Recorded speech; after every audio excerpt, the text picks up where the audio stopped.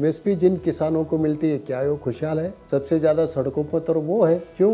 अगर ये कल्याण करने वाली चीज होती तो अब तक वो तो बड़े करोड़पति बन जाते थे, लेकिन ऐसे हुआ नहीं। अगर कपास की एमएसपी एक 7,000 रुपया है और मार्केट में दाम अगर 9,000 हो गए, 9,500 हो गए, तो ये टेक्सटाइल इंडस्ट्री वाले सरकार के पास जाते हैं, भाई इसकी एमएसपी तो 7,000 है और 9,000 क्यों इनको मिलने चाहिए, दाम घटा के ला दो 7,000 पे। तो एमएसपी जो मिनिमम सपोर्ट प्राइस होती थी आज मैक्सिमम सेलिंग प्राइस हो गई है। ये जो नेता है पंजाब हरियाणा से जो लड़ रहे थे सड़कों पर, उनकी नीयत में कुछ खोट नहीं है, वो भी चाहते हैं किसानों का भला हो, लेकिन उनको ये फ्री इकोनॉमी के फायदे पता नहीं है। उनके मन में डर पैदा किया गया है। हमने वर्ल्ड ट्रेड ऑर्गेनाइजेशन का स्वागत किया था।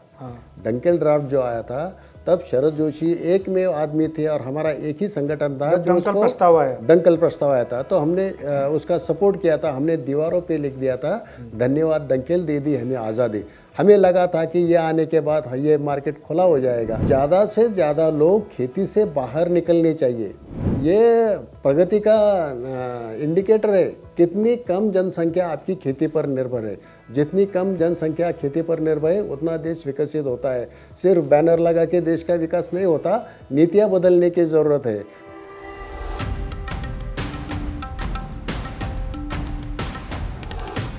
किसान विषम परिस्थितियों में भी अपनी फसल पैदा कर लेता है, लेकिन जब दाम की बात आती है तो जो बाज़ार की व्यवस्था है उससे वो हार जाता है।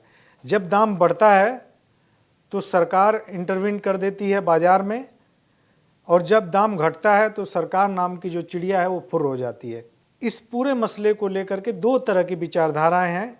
एक विचारधारा किसानों की ये कहती है कि सरकार न्यूनतम दाम फिक्स कर दे, जिसको एमएसपी की लीगल गारंटी के तौर पे प्रचारित किया जा रहा है कि वो दाम फिक्स कर दे कि इससे नीचे नहीं बिकेगी कोई फसल।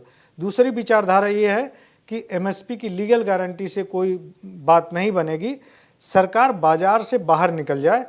जब चीज़ें महंगी होती है तो उसे महंगा रहने दे, अपने आप उसको रेगुलेट होने दे, डिमांड सप्लाई पे बाज़ार को चलने दे।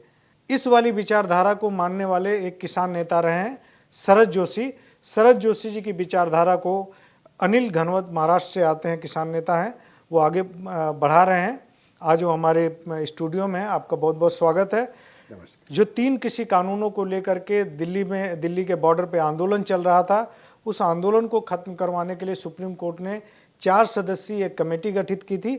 उस कमेटी के अहम सदस्य रहे हैं घनवत साहब। तो घनवत साहब ने अपनी रिपोर्ट भी दे दी थी, उस पर भी बातचीत करेंगे। साथ में घनवत साहब जीएम जो क्रॉप हैं उसके पैरोकार हैं, और ज़्यादातर लोग इस देश में सत्ताधारी पार्टी भी विरोधी है जीएम की, आरएसएस भी विरोधी है, बहुत सारे और किसान संगठन विरोधी हैं। तो क्यों पैरोकारी कर रहे हैं, क्या उसका लॉजिक है, इस सारे मुद्दों पे भी हम बातचीत करेंगे। तो घनवत साहब आपका बहुत बहुत स्वागत है हमारे इस शो में, अन्नगाथा में। महाराष्ट्र से आप आए हैं, और सबसे पहले महाराष्ट्र में ही शुरू करेंगे कि देखिए अभी महाराष्ट्र की एक प्रमुख फसल है सोयाबीन। सोयाबीन को लेके बहुत सारी बात हुई। सोयाबीन हमारे देश में तो बिल्कुल नया आया। सोयाबीन का दाम किसान को क्यों नहीं मिल पा रहा, किसान क्यों इतना हतोत्साहित है कि 4892 रुपये एमएसपी है इस वक्त, और उसको 3,000, 3,500, कहीं 4,000, क्या वजह क्या है जिसकी वजह से वो इतना हताश है, किसान निराश है? इसका प्रमुख कारण ये है कि जो भी ऑयल सीड्स है उनके दाम कम रखने के लिए सरकार प्रयास करते रहती है। क्योंकि अगर तेल के दाम बढ़ जाते हैं तो अपोजिशन पार्टियां रास्ते पे आ जाती है, और असंतोष जनता में अगर फैल जाए तो अपनी सरकार फिर से चुन के नहीं आएगी।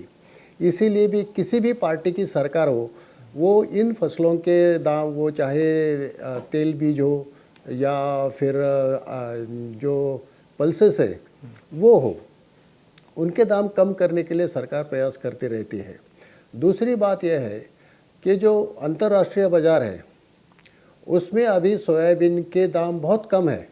हमारे यहाँ 4,800 का भी एमएसपी है, लेकिन इंटरनेशनल मार्केट में 3-3,500 से सोयाबीन आज मिल रहा है। क्यों मिल रहा है? क्योंकि उनकी जो उत्पादकता है, उनकी जो प्रोडक्टिविटी है वो हमसे 3-4 गुना ज़्यादा है। हमारे यहाँ 5-6 क्विंटल सोयाबीन होता है 1 एकड़ में, वहाँ 30-35 क्विंटल होता है। तो इतना अगर फ़र्क है तो हमसे आधे दाम में भी वो बेच सकते हैं। अगर उनसे हमें मुकाबला करना है, कंपटीशन करनी है, तो फिर हमें भी वो बीज मिलने चाहिए जो वो बो रहे हैं। अगर वो बीज हमें मिल जाते हैं तो हम भी उतना ही प्रोडक्शन कर सकते हैं और उनके साथ इंटरनेशनल मार्केट में स्पर्धा करते हैं। उनका दाम कम है, कॉस्ट ऑफ प्रोडक्शन कम है, इसलिए उनका तेल भी सस्ता है।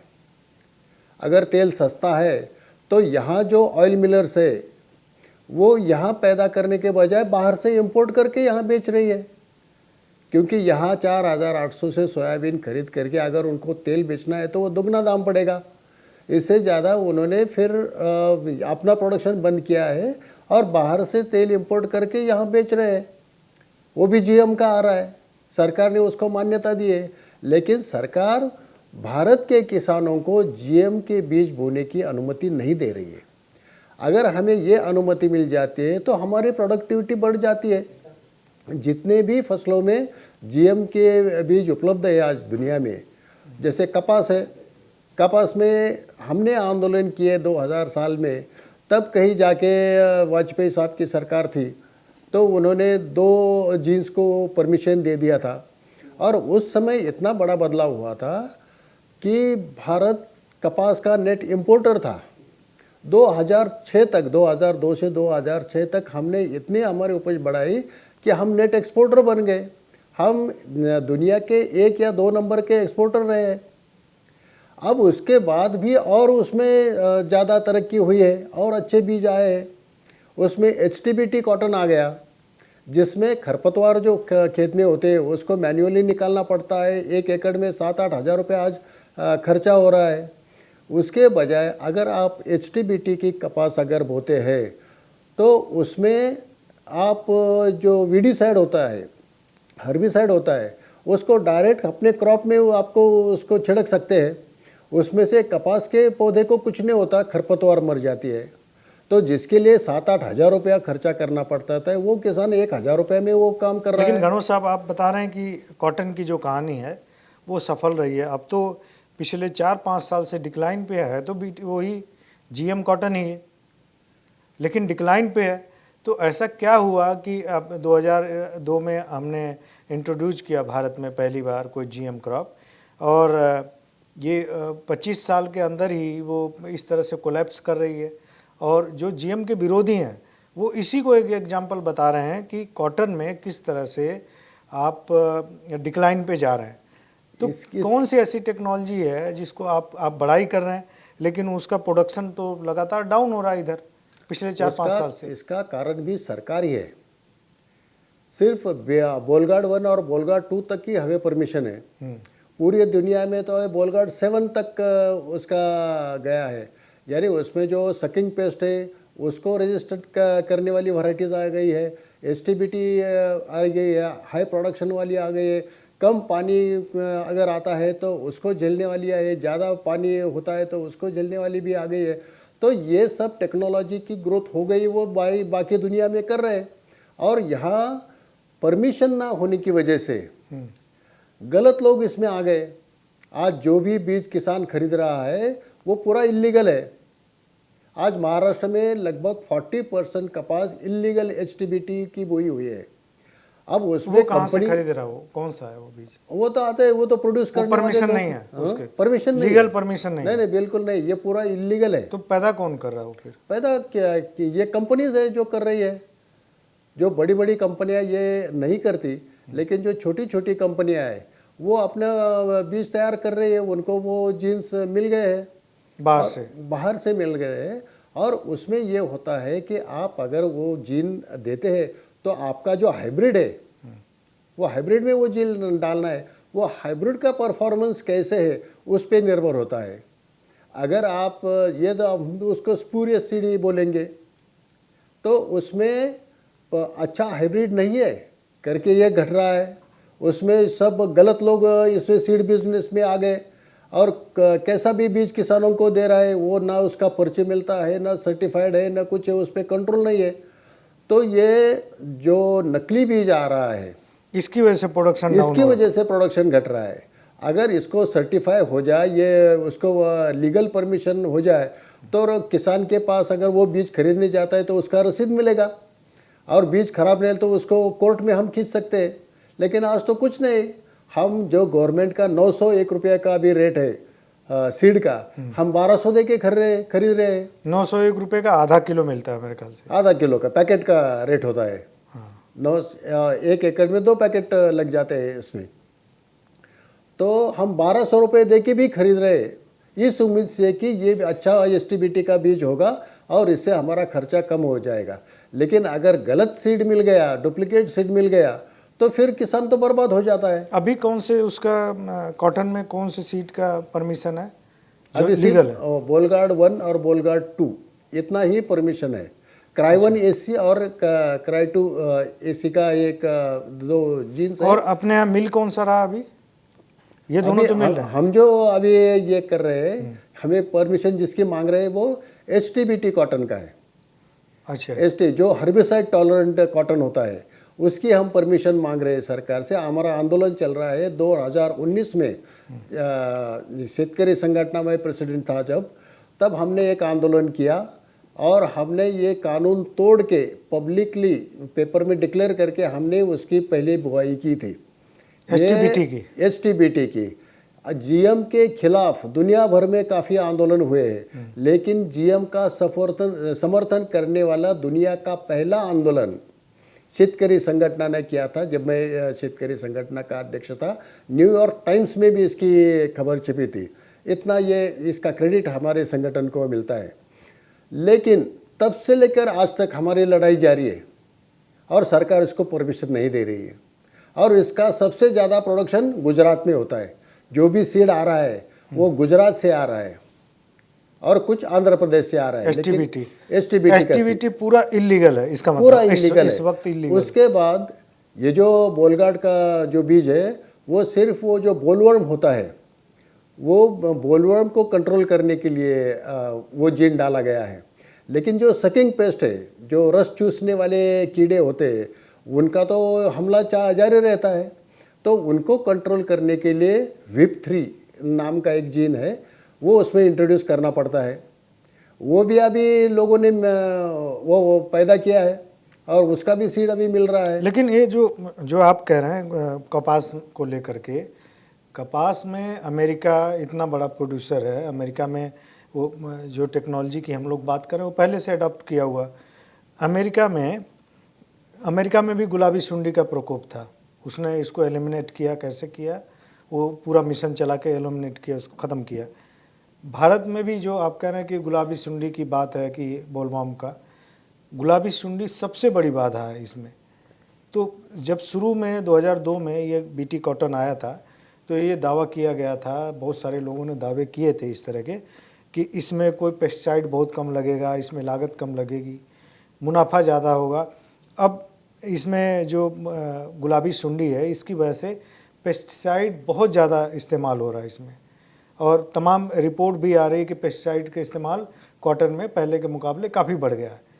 तो फिर वो टेक्नोलॉजी कैसे आप उस टेक्नोलॉजी की कैसे पैरोकारी कर रहे हैं जहाँ किसान को ज़्यादा पैसा, ज़्यादा पेस्टिसाइड इस्तेमाल करना?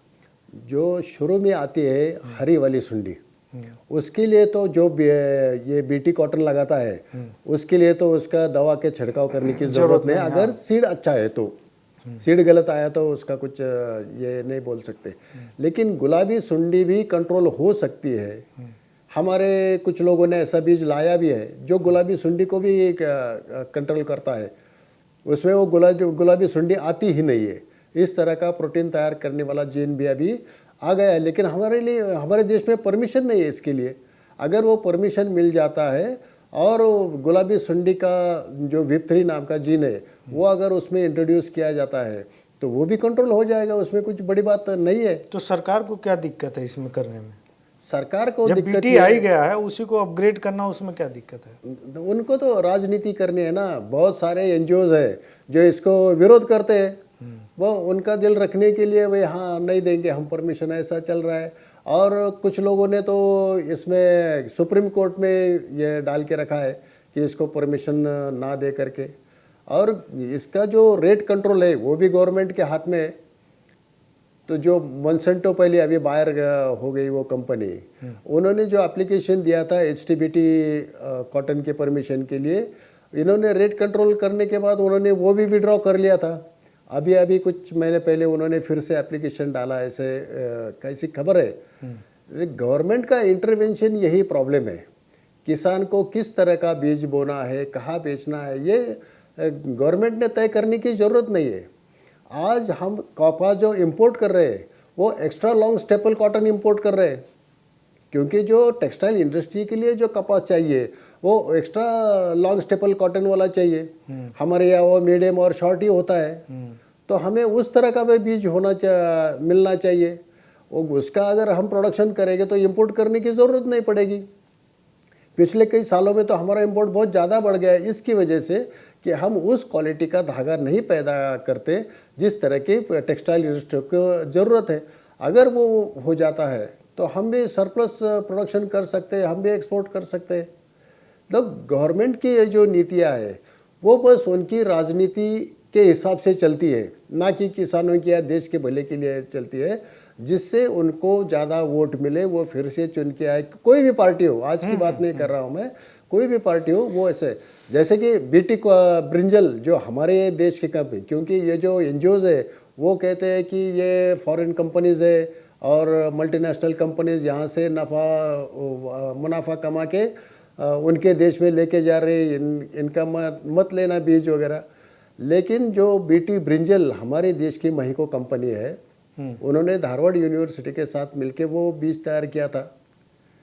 और उस पर भी ये अरुणा रॉड्रिक्स जो एक एक्टिविस्ट है, वंदना शाह वगैरह जो टीम है, उन लोगों ने सुप्रीम कोर्ट में एक ये डाल दिया, केस डाल दिया।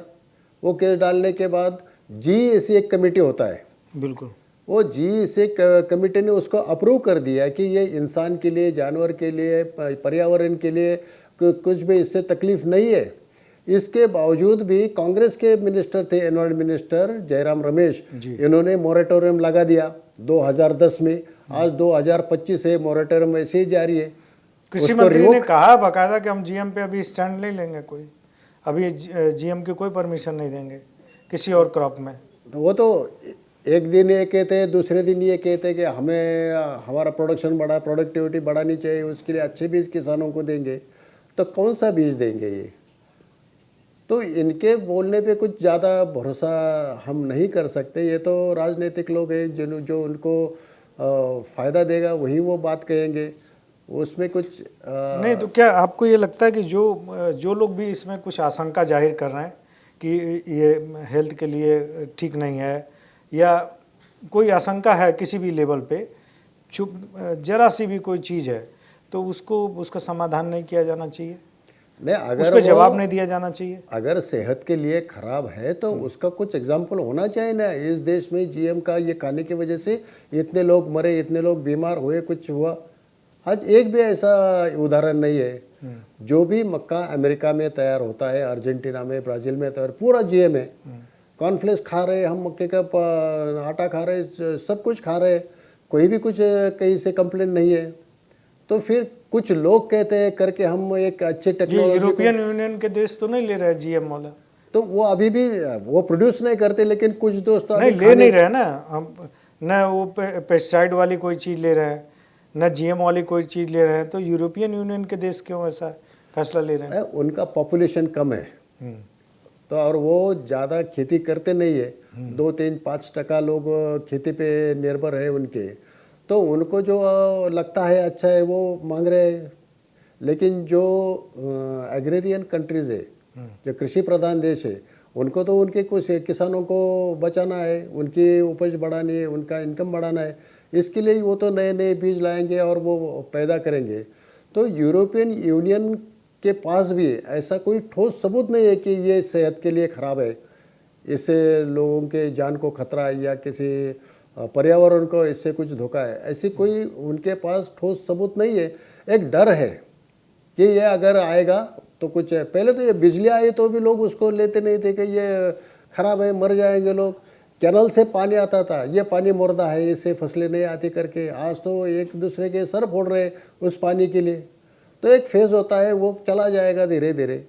लेकिन इसके कारण सिर्फ कोई तो भी कहता है कि ये खराब है करके किसी देश ने उसका इनकार करना ठीक नहीं है। नहीं, चलिए वो सेहत का मुद्दा एक अलग मुद्दा है, उसमें वो एक अलग डिबेट हो जाएगी। लेकिन ये तो है कि उस पर पेस्टिसाइड का स्प्रे बढ़ा है कॉटन पे, जो पहले दावा किया गया था 2002 में, वो अब इस टाइम वो स्टैंड नहीं करता कोई भी दावा। पेस्टिसाइड का स्प्रे बढ़ा। साथ में आप महाराष्ट्र से आते हैं, महाराष्ट्र में ज़्यादातर सुसाइड जो है, फार्मर सुसाइड उस इलाके में है जहाँ पे कॉटन की खेती होती है। तो क्या कॉटन की खेती में घाटा है? क्यों इतना सुसाइड है वहाँ? क्या कॉटन की खेती में उस तरह का रिटर्न नहीं है कि वो कॉटन बेल्ट में ही सारा ये इस तरह की घटनाएं ज़्यादा देखने को मिलती है? बिल्कुल, आपने जो कहा सही है कि कॉटन बेल्ट में खुदकुशियाँ ज़्यादा हो रही है। क्यों हो रही है? कि सबसे ज़्यादा एक्सप्लॉइट किया गया हुआ किसान वो कपास का किसान है। जब शरद जोशी जी ने 1991 में जब इंडियन गवर्नमेंट ने गैट करार आया था, तो उसके लिए यहाँ की इन्फॉर्मेशन भेजी थी। तो तब हमारे कॉमर्स मिनिस्टर थे प्रणब मुखर्जी, उनके सिग्नेचर के साथ गया हुआ डॉक्यूमेंट ये कहता है कि भारत के किसानों को ऑन एन एवरेज -72% सब्सिडी मिलता है, निगेटिव सब्सिडी। और उसमें से जो कपास है उसको -203% इतना उसको कम मिलता है। यानी इंटरनेशनल मार्केट में अब जो रेट है उससे 203% कम इसको मिलता था। इतना कंट्रोल है, वो आज तक भी है। लेकिन आज ये सब जो पिक्चर है उल्टा हो रहा है। हमारे देश में नई टेक्नोलॉजी नहीं आई करके भारत से ज़्यादा दाम कम है। जो सोयाबीन है, कपास है, उनके दाम बहुत ज़्यादा कम है बाहर के देशों में। चीनी है, तो क्यों है? तो वो अच्छी टेक्नोलॉजी यूज़ करते हैं, प्रोडक्टिविटी बढ़ती है, उनका कॉस्ट ऑफ प्रोडक्शन कम हो रहा है, इसीलिए ऐसा हो रहा है। आज अगर गवर्नमेंट डी कंट्रोल भी कर दे और हमें नई टेक्नोलॉजी ना आने दे तो भी हमारा देश बर्बाद होने वाला है। हमें अगर आगे बढ़ना है तो नई टेक्नोलॉजी भी मिलनी चाहिए और मार्केट का फ्रीडम भी मिलना चाहिए। दोनों एक साथ अगर चलते हैं तो ही भारत का किसान के खुशहाल ज़िंदगी जी सकता है, नहीं तो ये कभी नहीं जी सकेगा। ये बहुत बड़ी बात है। कोई भी पार्टी सत्ता में आए, उन्होंने ये देखना चाहिए कि ये दो जो फ्रीडम है ये किसानों को दिए जाए, मार्केट इंटरवेंशन पूरी तरह बंद कर दे और टेक्नोलॉजी पे जो कंट्रोल है वो काफ़ी हद तक उन्हें कम करना चाहिए। मैंने तो घनौत साहब, मैं भी किसान परिवार से हूँ। मैंने तो ये देखा है कि टेक्नोलॉजी की बात की जाती है कि भाई किसान के नाम पे टेक्नोलॉजी का पर्चा फाड़ दिया गया, किसान बदहाल होता चला गया, टेक्नोलॉजी नई से नई आती गई और कंपनियां माला माल होते चली गई।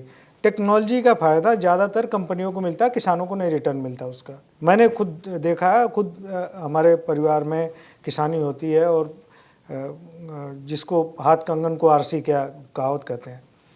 तो कहीं ऐसा नहीं है कि ये जो कंपनियां हैं बीज के नाम पे खूब कमा रही हैं, पेस्टिसाइड के नाम पे कमा रही हैं, हर्बिसाइड के नाम पे कमा रही हैं, खाद के नाम पे तरह तरह का कमा रही हैं, किसान को उतना रिटर्न नहीं मिल रहा है, चाहे वो बाज़ार हो, चाहे टेक्नोलॉजी हो, किसी भी जरिए। जैसे आपने कहा 203% कम है दूसरे मुल्कों के मुकाबले यहाँ पे जो प्राइस है, प्राइस या सब्सिडी? नहीं, ये जो 203% का ये उस ज़माने था 70s में और अर्ली 80s में ये पिक्चर था, क्योंकि महाराष्ट्र में हम राज्यबंदी थी। हम महाराष्ट्र से आंध्र नहीं लेके जा सकते थे, हम गुजरात नहीं लेके जा सकते थे। हमें वहाँ पे रेट मिलता था 700-800 रुपया, और जस्ट बॉर्डर क्रॉस किया तो 1200, 1400, 1500 का रेट था, डबल हो जाता था। तो हमने आंदोलन किया था, सीमा पार आंदोलन करके हमने ज़बरदस्ती ट्रैक्टर में, ट्रकों में, बैलगाड़ी में कपास भर के दूसरे राज्यों में बेचने का आंदोलन किया। तब कहाँ जाके ये किया। उससे पहले फेडरेशन था, कॉटन फेडरेशन। हमें कपास सिर्फ कॉटन फेडरेशन को ही बेचनी है, दूसरा कोई खरीद भी नहीं सकता था, ऐसे कानून थे। और दुनिया में अगर 2000 का रेट है तो हमें 800-900 में बेचना पड़ता था। तो हमने उसके भी खिलाफ आंदोलन करके वो बेड़ियाँ हमने तोड़ी है। लेकिन अभी ये जो टेक्नोलॉजी के बारे में जो है वो अगर मसला हल हो जाता है तो हम बाकी देशों के साथ compete कर सकते हैं। हम हमारे यहाँ लेबर कॉस्ट कम है बाकी देशों के तुलना में, तो हम उनसे भी सस्ता बेच सकते हैं। लेकिन अगर आप वो टेक्नोलॉजी नहीं आने देंगे, आप उसको कंट्रोल करते रहेंगे, तो खुदकुशियाँ कभी कम नहीं होगी, किसान तो मरता ही रहेगा। टेक्नोलॉजी का रिटर्न लेकिन किसान को तो उतना नहीं मिलता। आपने किसान तो बदहाल होता गया, कंपनी मालामाल होती गई। टेक्नोलॉजी आई कहाँ सर? जब बोलगार्ड 1 और 2 की परमिशन मिली थी, तब किसानों की जो प्रोडक्टिविटी वो दुगनी बढ़ गई थी और किसानों को अच्छा पैसा मिल रहा था। लेकिन उसके बाद जो भी आना चाहिए था, एसटीबीटी आना चाहिए था, वेब 3 का परमिशन मिलना चाहिए था, वो नहीं मिला करके हम अभी कॉम्पीट नहीं कर सकते हैं। और कंपनियां जो करती है वो तो धंधा करती है, वो कोई समाज सेवा करने के लिए नहीं आई है, वो तो मुनाफा ही कमाने के लिए आए हैं। और उसमें भी कंपटीशन है, तो कंपटीशन एक लेवल के ऊपर उनको मुनाफा नहीं कमाने देता। अगर बहुत सारी कंपनियां उनके भी सीड्स लेके आती है तो एक बैलेंस तैयार हो जाता है उसमें। तो ये जो हम आरोप लगाते रहते हैं कि ये मुनाफा कमा रही है, और ये सिर्फ खेती के बारे में क्यों, ये मोबाइल की इतनी सारी कंपनियां हैं, वो भी क्या मुनाफा नहीं कमाती है क्या? ट्रैक्टर की कंपनी है, वो क्या मुनाफा नहीं कमाती क्या? टीवी, फ्रिज, ये एलजी वगैरह, हायर, ये कहाँ से आए? बाहर की कंपनियां हैं, वो भी यहाँ धंधा करके पैसा कमा रही है, उनके बारे में कोई सवाल नहीं खड़ा करता। लेकिन किसानों के रिलेटेड कोई कंपनी है तो उसके बारे में सवाल खड़ा करके उनको निकाल देती है, और वही घिसा पिटा पुराना जो भी टेक्नोलॉजी है वो हमें इस्तेमाल करने के लिए मजबूर किया जा रहा है। ये फ़र्क क्यों? अगर कंपनियां तो आप ये कह रहे हैं कि अगर अपग्रेड सीड आ जाए, जो आप बता रहे हैं, जिसका जिक्र कर रहे हैं, तो ये पेस्टिसाइड का इस्तेमाल या उतना जो किसान का खर्चा वो कम हो जाएगा? हाँ, बिल्कुल कम हो जाएगा। और आप रिकॉर्ड देखिए, बोलगार्ड की परमिशन मिलने के बाद जो हरी सुंडी कंट्रोल करने के लिए दवाइयाँ लगती थी वो काफ़ी पैमाने में कम हो गई। पेस्टिसाइड्स का सेल घट गया था। अब जो इसके गुलाबी सुंडी की वजह से, गुलाबी सुंडी और सकिंग पेस्ट के लिए उसके लिए तो दवाई छिड़कनी पड़ती है। अगर उसका भी परमिशन मिल जाता है तो पेस्टिसाइड का खर्चा और भी कम हो सकता है। और दूसरी बात यह है कि जो खराब सीड किसानों को मजबूरी में खरीदना पड़ रहा है, वो अगर बंद हो जाए, अच्छा सीड मिल जाए, तो उसमें भी और वो कम होता है। और तीसरी बात यह है कि इतने सालों में 2006 के बाद आज 20 साल होने आए हैं, तो एरिया भी बड़ा है। एरिया बड़ा है तो पेस्टिसाइड की खपत भी बढ़ेगी। तो आप टेक्नोलॉजी पे उसका ये मत डालो कि टेक्नोलॉजी करके किसान बर्बाद हो रहा है, एरिया बढ़ रहा है, खराब सीड गवर्नमेंट के नीतियों की वजह से किसानों को मिल रहा है, तो इसकी वजह से ये हो रहा है। अगर अच्छा सीड मिल जाए तो ये स्प्रेइंग का जो खर्चा होता है दवाई छिड़कने का, वो काफ़ी कम हो सकता है। धनोद साहब, ये जो दाम का इशू है, आपके कुछ साथी एक बार 378 दिन बैठे रहे दिल्ली में, दिल्ली बॉर्डर पे, उसके बाद 400 दिन शंभू और खनौरी बॉर्डर पे बैठे रहे। आप उनसे मिलने भी गए थे, जगजीत सिंह डल्लेवाल जी से। उनका कहना है कि एमएसपी की गारंटी यही सलूशन है, इसी से होगा कि कम से कम न्यूनतम दाम तो फिक्स हो जाए कि इससे नीचे ना मिले। आपका कहना है कि ये समाधान नहीं है, तो आपका क्या लॉजिक है, कैसे समाधान होगा? किसान कैसे समृद्ध होंगे? किसानों को कैसे सही दाम मिलेगा? आपका क्या आइडिया, आपकी इकोनॉमिक्स क्या है? चूँकि आपने एग्रीकल्चर से पढ़ाई भी की है, तमाम कई साल से संघर्षरत है किसानों के मुद्दों को लेकर के, तो कैसे ये चीज़ें बदलेंगे किसानों के पक्ष में? आज भारत में 23 फसलों को एमएसपी दी जाती है। 1965 से वो चल रहा है। तो ये एमएसपी जिन किसानों को मिलती है, क्या वो खुशहाल है? सबसे ज़्यादा सड़कों पर तो वो है। क्यों? अगर ये कल्याण करने वाली चीज़ होती तो अब तक वो तो बड़े करोड़पति बन जाते थे, लेकिन ऐसे हुआ नहीं। दूसरी बात यह है कि जो एमएसपी के लिए खरीद होती है, उसका रख रखाव वगैरह वो जो होता है, उसके लिए लाखों करोड़ रुपया सरकार को खर्चा करना पड़ रहा है, और उसमें पूरा फ्रॉड है। वो किसी भी पार्टी की सरकार हो, उसमें गफला होता है। वो ना किसानों का फ़ायदा होता है, ना जो कंज्यूमर है उसका फ़ायदा होता है। उसके प्रोक्यूरमेंट से, स्टोरेज से लेकर डिस्ट्रीब्यूशन तक 40% उसकी कॉस्ट बढ़ जाती है। उस कमोडिटी के 40% कॉस्ट बढ़ जाती है। दूसरी बात यह है कि अगर एमएसपी का कानून करने की जो उनकी मांग है, अगर वो कानून हो जाता है तो उसको खरीदेगा कौन? एक तो इंटरनेशनल मार्केट में आज दाम कम चल रहे हैं, और समझो सोयाबीन है आज 4,800 का आपने एमएसपी दे दिया और मार्केट में चल रहा है 3,000 रुपया। अगर व्यापारी नहीं खरीदेगा तो उसको कौन, सरकार खरीद सकती है कि उतना? आप व्यापारी को कंपल्शन तो नहीं कर सकते कि इस दाम में आपको पूरा लेना पड़ेगा। वो कहेगा मैं खरीदूंगा ही नहीं, मुझे क्या ज़रूरत है। क्योंकि अगर वो कानून बन जाता है और उसने कम दाम में खरीदी किया तो उसको जेल जाना पड़ता है। महाराष्ट्र में ये कानून लाया था पहली बार जब फडणवीस हमारे सीएम बने थे महाराष्ट्र के, तब उन्होंने वो कानून लाया था। और क्या कानून था वो? कानून था कि ये अरहर वगैरह जो है, जितने भी एमएसपी के क्रॉप्स है, उनको एमएसपी के नीचे कोई खरीदेगा नहीं। तो व्यापारियों ने खरीदना बंद कर दिया क्योंकि मार्केट में तो एमएसपी के नीचे दाम चल रहे थे। तो फिर बहुत व्यापारियों का भी आंदोलन हुआ और 8-10 दिन में उनको कानून वापस लेना पड़ा। तो बात ये होती है कि खरीदेगा कौन? और फिर 23 फसलें क्यों? मैं प्याज उगाता हूँ, मेरे पास कोई एमएसपी क्यों नहीं है? मैं मुर्गी पालता हूँ, मुझे मुर्गी के लिए एमएसपी चाहिए, मैं अंडे के लिए, मछली के लिए, बहुत सारी चीज़ है, हमारे मेथी है, धनिया है, सबको एमएसपी मिलनी चाहिए ना। अगर ये ऐसा होता है तो ये फिजिबल नहीं है, कोई खरीदेगा नहीं, ना सरकार खरीद सकती है। अगर उसमें मुनाफा नहीं है तो व्यापारी भी नहीं खरीदेगा। उससे अच्छा ये हमारा ये कहना है कि आप उसको, सरकार ने ये एमएसपी वगैरह देना बंद करना, कोई ज़रूरत नहीं इसकी। हमें खुला छोड़ दो, इंटरनेशनल मार्केट में जो भी होगा डिमांड सप्लाई के तहत जो भी हमें मिलेगा हम लेंगे। सरकार क्या करती है, जब दाम गिरते हैं तो आप अपना देख लो, हमें उससे कहा कुछ नहीं है, और जब दाम बढ़ते हैं तो फिर उसमें कंट्रोल्स ला के रख देती है। भारत का इंटरनेशनल मार्केट में प्याज का जो मार्केट है उसमें 40% सेल था, 40% प्याज भारत की बिकती थी। और ये सरकार ने कभी एक्सपोर्ट चालू, कभी बंद, कभी स्टॉक लिमिट्स लगा दिए, कभी कुछ लगा दिया। तो उसकी वजह से जो डिस्रप्शन हुआ ट्रेड में, तो 8% से भी नीचे आ गया हमारा ट्रेड अभी प्याज का 2020 में बांग्लादेश में काफ़ी अच्छी डिमांड थी प्याज की, और हज़ारों ट्रक बांग्लादेश के बॉर्डर पे खड़े थे, गोदी में काफ़ी कंटेनर्स भर के पड़े थे, लेकिन गवर्नमेंट ने वो बैन कर दिया, नहीं जाने दिया। वो शेख हसीना वहाँ के, उन्होंने खुद फ़ोन करके बोला था भाई वो बॉर्डर पे खड़ा है, उतना तो आने दो, उन्होंने नहीं आने दिया।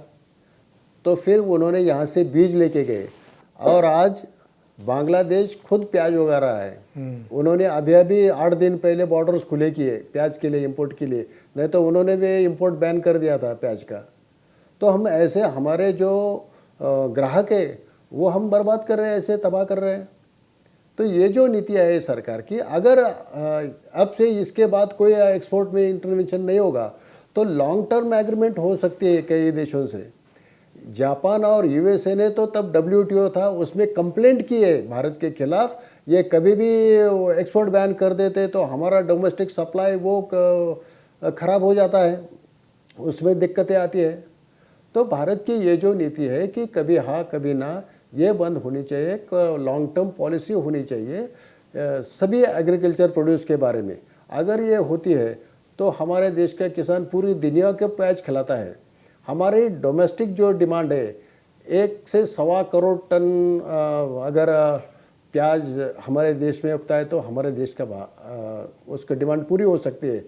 लेकिन हम तैयार करते हैं 2.5 करोड़ से ज़्यादा, 3 करोड़ के आसपास, 3 करोड़ से आसपास है अभी। तो उसको तो बेचने के सिवाय दूसरा कोई चारा है नहीं। जो सरप्लस है, आधी क्रॉप हमारे पास सरप्लस है, वो अगर दूसरे देश में नहीं जाएंगे तो वो कौन खाएगा? और वो भारत में ही रहे तो दाम गिरेंगे क्योंकि इतना बड़ा सरप्लस है। तो ये जो नीतियाँ है ये सुधारने की ज़रूरत है। इसीलिए हम मांगते हैं हमें एमएसपी मत दो। और एमएसपी का भी एक दूसरा ये रूप हम सामने आया है पिछले कुछ सालों से। अगर कपास की एमएसपी एक 7,000 रुपया है, फर्ज कीजिए, हाँ, और मार्केट में दाम अगर 9,000 हो गए, 9,500 हो गए, तो ये टेक्सटाइल इंडस्ट्री वाले सरकार के पास जाते हैं, भाई इसके एमएसपी तो 7,000 है और 9,000 क्यों इनको मिलने चाहिए, दाम घटा के ला दो 7,000 पे। तो एमएसपी जो मिनिमम सपोर्ट प्राइस होती थी आज मैक्सिमम सेलिंग प्राइस हो गई है। ये किसी भी एमएसपी पे जो जिस किसी भी क्रॉप पे, में एमएसपी है उसका ये हाल हो चुका है, वो कपास हो, सोयाबीन हो या दूसरा कोई भी हो।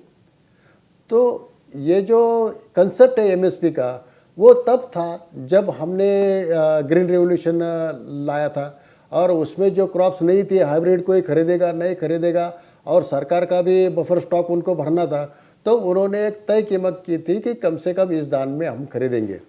वो जो शॉर्टेज के ज़माने में की गई व्यवस्था है वह सरप्लस के ज़माने में अब अगर हम करते रहे तो ये उसका नतीजा बुरा ही होने वाला है।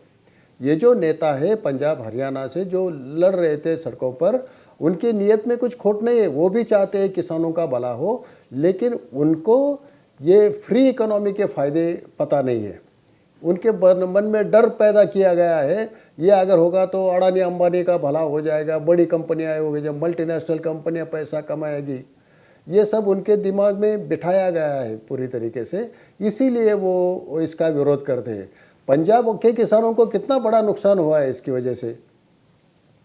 पिछले साल कैसे नुकसान हुआ उनको? यूक्रेन का युद्ध शुरू हुआ और दुनिया में शॉर्टेज हो गया गेहूं का 2022 में शुरू 2022 में, तो 3-3.5 हज़ार रुपये के दाम गेहूं के थे। हमारे इंपोर्ट के ये भी कॉन्ट्रैक्ट भी साइन हो गए थे, लेकिन सरकार के मन में क्या आया तो उन्होंने वो बैन कर दिया और किसानों को 2021-22 में अपनी फसल बेचनी पड़ी।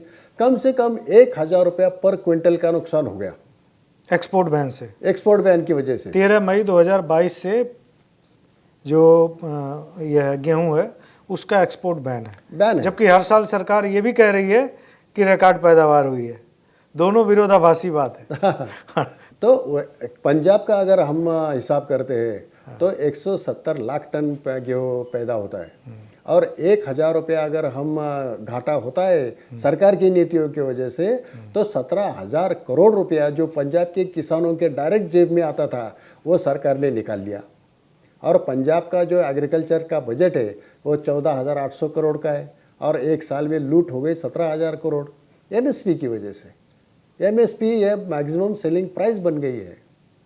चावल के बारे में भी वही हो रहा है, पूरी दुनिया में डिमांड थी तो हम एक्सपोर्ट बैन करके रख देते। एक वक्त था हम दुनिया का जो टोटल एक्सपोर्ट का मार्केट है उसका 40% हमारा था, हाँ चावल का। तो सरकार की नीतियों की वजह से घट रहा है। छोटे छोटे देश फिलीपींस, मलेशिया वगैरह, वियतनाम, वो हमसे आगे निकल गए। नहीं, एक चीज़ सरकार में जो लोग बैठे हैं, हम लोग तो किसानों की बात पहले करते हैं, लेकिन अगर कभी हम उनसे बातचीत करते हैं जो सरकार में बैठे हैं तो वो कहते हैं कि यार हमें तो कंज्यूमर को भी देखना है, किसान भी कंज्यूमर है किसी न किसी चीज़ का। तो कंज्यूमर जैसे प्याज उगाने वाला है, ज़रूरी थोड़ी कि सरसों भी पैदा कर रहा, तेल कहीं से लेके खा रहा, तो तेल उसको सस्ता चाहिए लेकिन प्याज उसका महंगा होना चाहिए। तो सरकार क्या है, सरकार तो बैलेंस बना के चलती है ना। सरकार कहती है अगर वो इंटरवेन नहीं करेगी तो फिर कैसे कंज्यूमर को सस्ता मिलेगा। हाँ नहीं, इसीलिए हम कहते हैं कि अगर आप टेक्नोलॉजी आने दे तो हमारा प्रोडक्शन बढ़ेगा। आज समझो सोयाबीन है, सोयाबीन हम 3,000 रुपये में बेचे इस साल महाराष्ट्र में, एमएसपी कुछ भी हो 3,000 3,500 में हम बेचे। हमारा प्रोडक्शन 5 क्विंटल है एवरेज पकड़ो, तो 3,000 से हमें मिलता है 15,000। और अगर 30 क्विंटल अगर हमें प्रोडक्शन मिलता है तो हमें मिलेगा 1,50,000, है ना। 30 क्विंटल अगर होता है तो आधे दाम में अगर हम बेचे, 1,500 से भी हम बेचे तो भी हमको 75,000 मिलता है, ये 15,000 से। तो अगर प्रोडक्टिविटी बढ़ती है तो हम सस्ते में बेच सकते हैं। यही बात कपास के बारे में, सभी ऑयल सीड्स के बारे में, पल्सेस के बारे में ये होता है, तो दाम कम हो जाएंगे। अगर टेक्नोलॉजी आती है, फ्री मार्केट आता है तो दाम कम होंगे, बढ़ेंगे नहीं। ये इनकी समझ में नहीं आ रहा है। लेकिन फ्री मार्केट की आप बात कर रहे हैं, आप इसको भी देखें, जैसे आप कह रहे हैं कि अमेरिका में कई चीज़ें सस्ती हैं, यूरोपियन यूनियन के देशों में भी कई चीज़ें सस्ती हैं, जो भी थोड़ी मोड़ी होती हैं चीज़ें। अमेरिका में $62,000 सब्सिडी है साल में, हमारे यहाँ $300 से कम है सब्सिडी सालाना। ये अमेरिका का तो दोष नहीं है। नहीं, तो कैसे कम्पीट करेगा भारत का किसान, जो अगर इंटरनेट फ्री ट्रेड की आप बात कर रहे हैं, फ्री ट्रेड हो जाएगा तो उसको क्या फ़र्क पड़ेगा अमेरिका वाले को? तो इतनी सब्सिडी पा रहा है, उसको सस्ते में बेचेगा तो भी उसको तो मुनाफा ही है। नहीं, भारत में तो पहले डिस्ट्रेस में है। इसीलिए हमने वर्ल्ड ट्रेड ऑर्गेनाइजेशन का स्वागत किया था। हाँ, डंकेल ड्राफ्ट जो आया था तब शरद जोशी एकमेव आदमी थे और हमारा एक ही संगठन था जब जो डंकल उसको- प्रस्ताव आया। डंकल प्रस्ताव आया था तो हमने उसका सपोर्ट किया था। हमने दीवारों पे लिख दिया था, धन्यवाद डंकेल, दे दी हमें आज़ादी। हमें लगा था कि ये आने के बाद ये मार्केट खुला हो जाएगा, लेकिन और उसमें क्या प्रावधान था कि कोई भी देश ऐसा डंपिंग नहीं कर सकता जो आज अमेरिका करने की कोशिश कर रहा है कि हमसे मक्का ले लो, हमसे सोयाबीन ले लो, हमसे थोप रहा है। तो वहाँ पे WTO में ये प्रावधान था कि आप ऐसे डंपिंग नहीं कर सकते किसी देश में।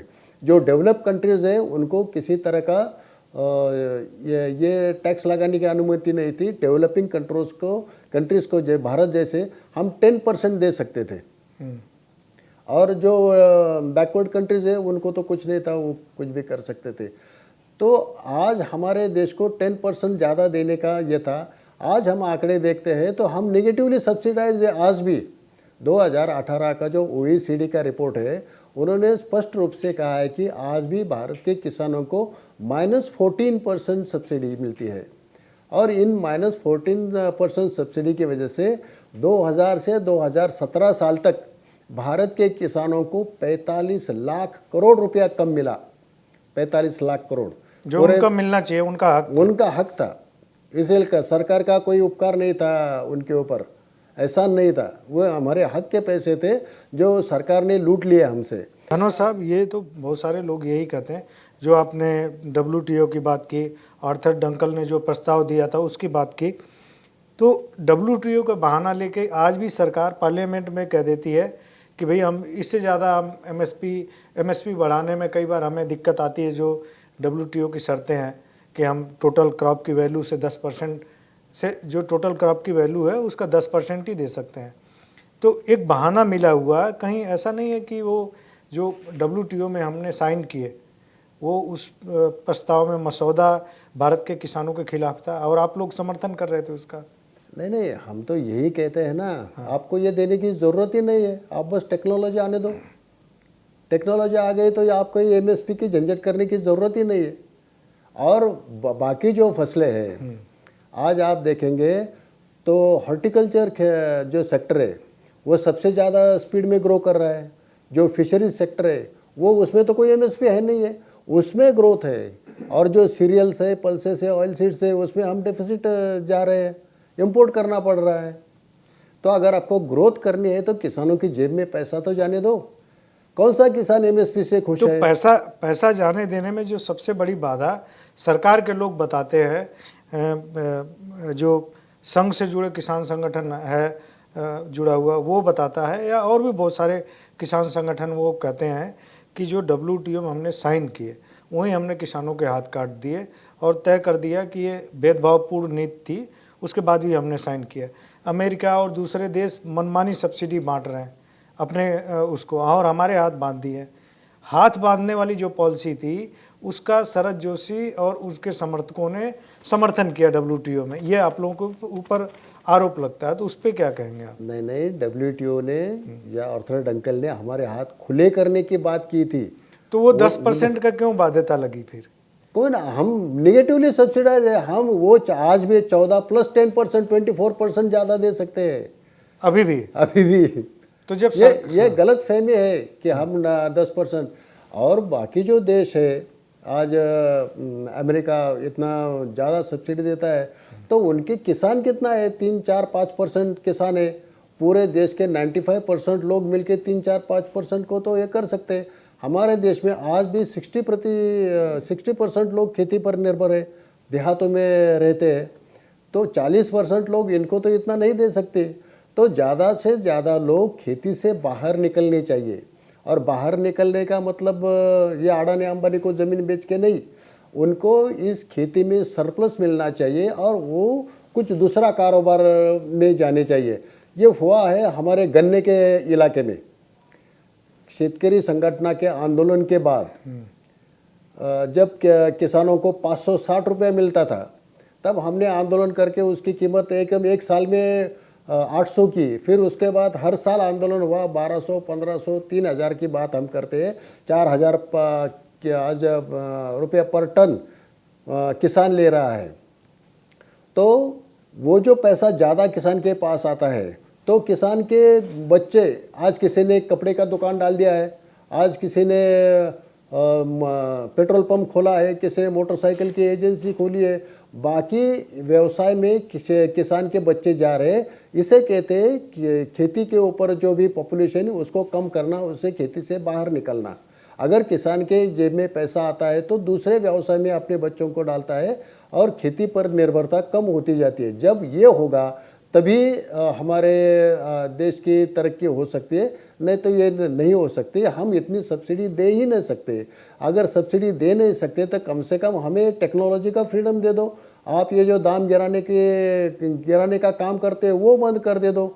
इतना अगर हो जाता है, किसान के जेब में पैसा आ जाता है, तो किसान के घर में नई नई चीज़ें खरीदेगा। वो वॉशिंग मशीन खरीदेगा, फ्रिज खरीदेगा, एलईडी टीवी आप कह रहे हैं कि खरीदेगा। किसानों को खेती से बाहर निकलना चाहिए। बाहर निकलना चाहिए, बिल्कुल कम। सब लोग तो, सारे किसान नेता तो कहते हैं कि नहीं खेती बढ़ानी है, आप कह रहे हैं कि नहीं, उसको उनसे बाहर निकल जाओ। नहीं, अगर वो बाहर नहीं निकलेंगे तो आज हमारे लैंड होल्डिंग कितनी है?